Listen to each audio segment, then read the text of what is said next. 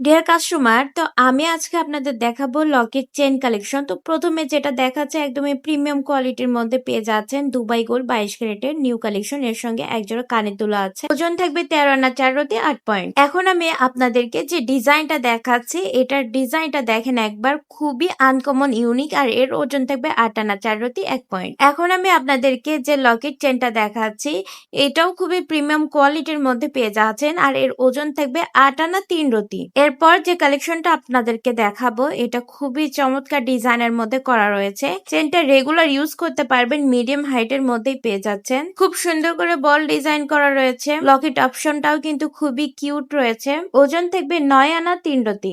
আমাদের এই কালেকশনটাও রয়েছে 22 ক্যারেট দুবাই গোল্ডের মধ্যেই।